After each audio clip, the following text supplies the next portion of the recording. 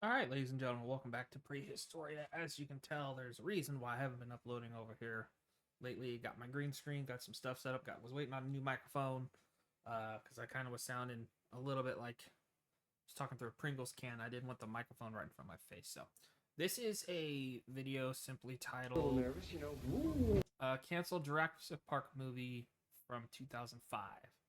So I'm gonna check it out. Shout out to Clayton Fioretti. I don't know how to properly pronounce his name, but that's a video I'm reacting to on his channel. So make sure you swing by and let's see what we got here. I'm already nervous because Mike Myers is right there. Ooh, that's how it starts. And then there's the running, screaming. What's going on, guys? Hope you're all doing well. Now for today's video, I wanted to talk about one of the least talked about ideas for Jurassic Park 4 that I've always thought would have been a really cool movie. So let's go back to the early 2000s and think about what kind of environment both Hollywood... Or was there one teased that never came out? A little lost. Because he just said one that he would have liked to have seen. So we're getting mixed information here. And the Jurassic Park franchise was in at the time. After JP3, there was a radical change in the amount of dinosaur content that we got coming out. Dino Crisis 3 tried to give the series a Matrix sort of spin to disappointing results. Turok Evolution came and went, and even dinosaur adjacent material like Godzilla 2 from Roland Emmerich got canceled. Jurassic Park kind of faded away when everything shifted. But there was always talk, interest, and intrigue for part 4.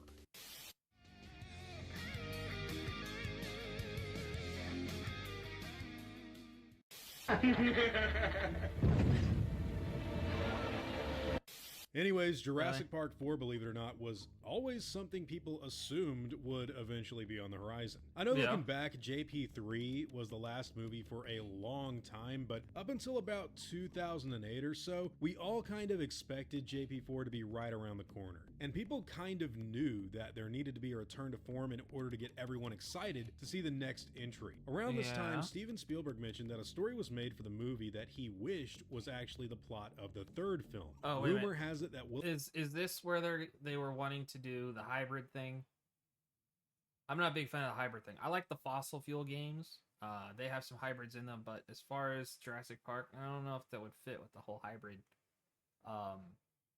storyline, but we'll see. William Monahan had drafted a script that would have been extremely different. In a very recently released book, Jurassic World: The Ultimate Visual History, Joe Johnston stated that, quote, "There was a little discussion about JP4 departing from the model of the first three and being about a semi-intelligent human-dinosaur hybrid that escapes from a lab and wreaks havoc in an urban environment," with Jack Horner further stating that the idea really was to integrate some kind of genetically modified dinosaur into the script. That's when that all started. And this was all the way back when the ideas for the movie first started to be brainstormed in 2002. This is where in an interview from January of 2003, Goldblum was asked about the rumors for Jurassic Park 4 and said, "I caught up with Steven not too long ago and he explained the idea he's developing for a new film. He was very excited and enthusiastic about it. And I have to admit, I was instantly taken with his vision for the movie. Completely ingenious and totally wonderful. It put such a clever spin on the whole thing, while at the same time returning to the scientific intrigue and fascination of the first film.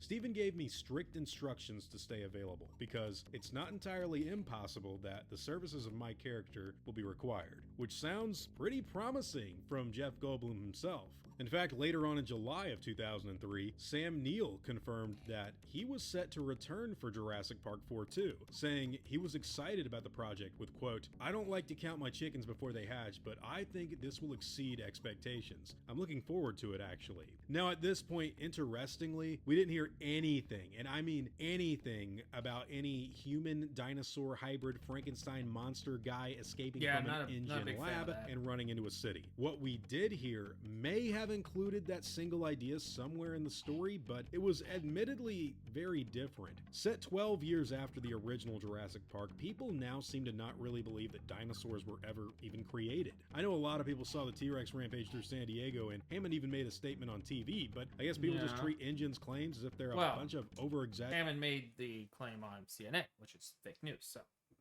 I could get where there was potentially some non-believers.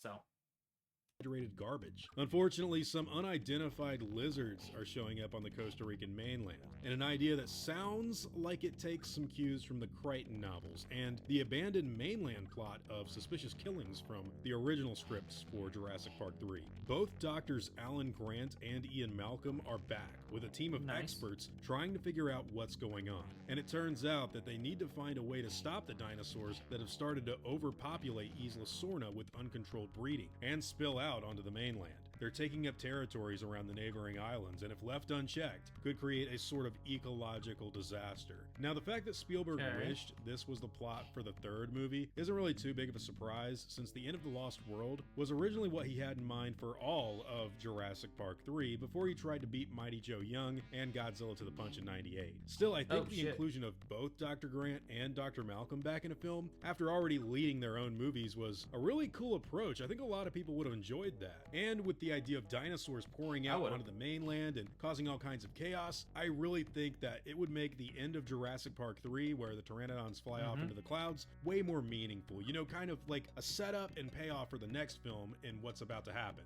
But still, no mention of the dinosaur man, like, at all. So what was that? Was this guy even a part of this version of the script? Because if he was, it doesn't look like it was the main story point at all, unless it was some kind of twist of a reveal at the end or something. It kind of seems like from this plot line alone, this was much more of a logical continuation of the other Jurassic Park films we'd seen before. Now, one of the most interesting things that we would hear in the movie news media back in the day had to be the inclusion of two other actors that were in talks for Jurassic Park 4. Richard Attenborough, the legendary actor who portrayed Dr. John Hammond in Jurassic Park and The Lost World, was very excited to return. And after being asked to return by Spielberg himself, he was ready to get back in the saddle to give the sequel that added level of gravitas he always brings. But another inclusion was super cool because it would have been really modern around this time. Believe it or not, Keira Knightley was reported as being in talks to co-star in Jurassic Park 4 back when she'd made a solid name for herself in Pirates of the Caribbean. And look, she'd already been in other big movies. I mean, she was the decoy queen in The Phantom Menace. Star Wars, so getting her in a Jurassic Park movie, it just made a lot of sense. At the time, people were theorizing that she would play Lex Murphy instead of Ariana Richards, you know, from the first two Jurassic Parks, and then an official interview with the actress confirmed her involvement with the film. Quote, "It's true, I didn't think anybody knew about that. It was so amazing because I've been a big fan of the original film for years. Steven said he liked my work in Bend It Like Beckham and wanted to meet me. I think Sam Neill really pushed for me as well because we had worked together before on Dr. Zhivago. There were actually two roles in Jurassic Park 4 Steven thought I might fit. First, there was the granddaughter part, which wasn't all that big a role. She was only in it at the beginning. The other part he was considering for me was substantially larger, but I won't go into any details in case I make Steven angry. She later went on to say that she didn't truly know if she would get the part or not. The script was pretty much locked down, but they were still making some final adjustments here and there. In April of 2003, Stan Winston talked about the new movie in an interview about the new dinosaurs, saying, quote, "From a creature standpoint, we're going beyond what we have done in the first three films. For example, there will be motors inside of the raptors this time, which gives you a more direct relationship of point of movement to point of control. We have so much now in our knowledge bank of what we can do live with animatronics and how much we can do with digital animation. My goal on Jurassic Park 4 is to show the audience something that hasn't been seen before, or what's been seen before, but in a different way. Raise the bar and do it in ways that people have not seen. All I can say at this stage is that it's extremely exciting. Expect to see many new dinosaurs." Okay, I like the idea of new, but I don't think a hybrid between man and dino would have went over well with the Jurassic Park fans at that time. Hell, it probably still wouldn't for Jurassic World right now. I wouldn't have liked it. Again, I'm not big on the hybrid shit. As well as some old favorites from the last three movies. There are also several previously unfilmed scenes from Michael Crichton's novels, which Steven is looking to adapt, plus a whole bunch of really creative new stuff. It's all coming together to create what should be a remarkable cinematic experience. If you thought we sent the world into Dinomania back in 1993, you ain't seen nothing yet. If dinosaurs are big now, they're going to be huge come 2005. Now look guys, that is an extremely enthusiastic bit of language coming from Stan. I mean, he's really into it. They were, in 2003, they were locked in for Jurassic Park 4. But as we all know, things change. So Yeah. Keira Knightley is said to have auditioned for the role, but we also got a rumor that the movie would be pushed back to a winter 2005 release. Then we got another rumor that Keira Knightley's character had actually been written out. Alex Proyas, the director of The Crow, was rumored to direct the movie, but later made a statement that he was very uninterested in doing Jurassic Park 4. Some new information had come out since then that sounded like the movie was undergoing changes. William Monahan left to work on Kingdom of Heaven, and it looked like Alan Grant was removed from the movie entirely.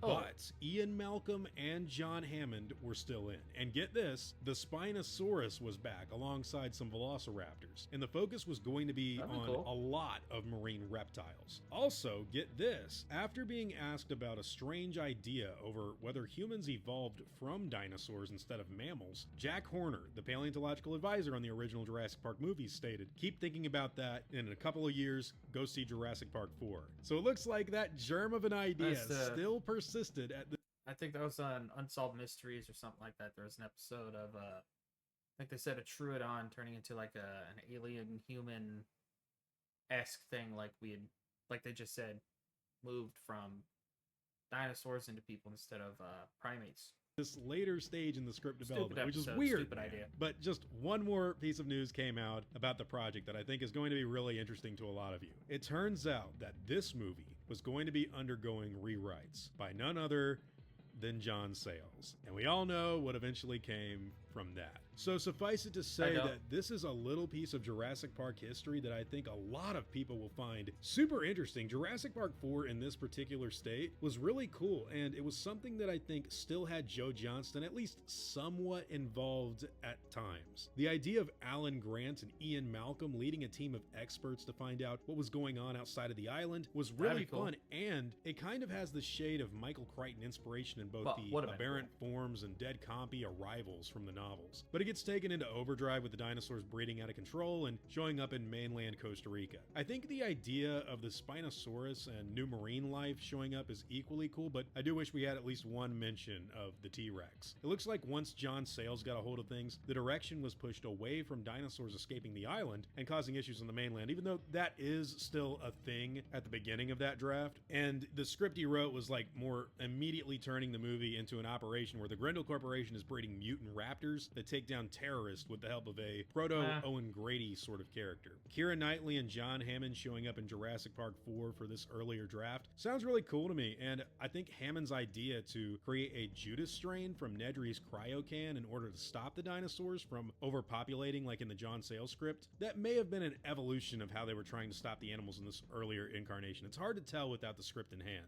Still no word on whether or not Nublar or the Barbasol can would have even showed up in the earlier version, so who knows. Now I gotta say, I think had this version of the movie come out in the mid-2000s, it would have helped make Jurassic Park way more interesting and fun a decade before Jurassic World. But John Sayles' rewrite ultimately changed the game entirely, and those ideas eventually did pour into the Jurassic World trilogy in little bits and pieces. But even if the movie included a scene with that mutant dinosaur man, which we already had seen teased in the Halloween Horror Nights Jurassic Park Scare Zone, Project Evolution from 2002 if you didn't know, even if they had that dino-human hybrid man in the movie, I gotta be real, I think it would have gone over kind of okay in 2005. No, I don't think it would have sure, it would have been wild and zany, but it's also paired with all of this other really cool stuff with dinosaurs, Keira Knightley, Alan Grant, Ian Malcolm, John Hammond, and advanced animatronic effects by Stan Winston. It doesn't look like the movie was all about the bad guys from Turok 2. Instead, it was just kind of like, we've got this one dino man that escaped a lab, and the main film is actually about the normal dinosaurs and them escaping onto the mainland.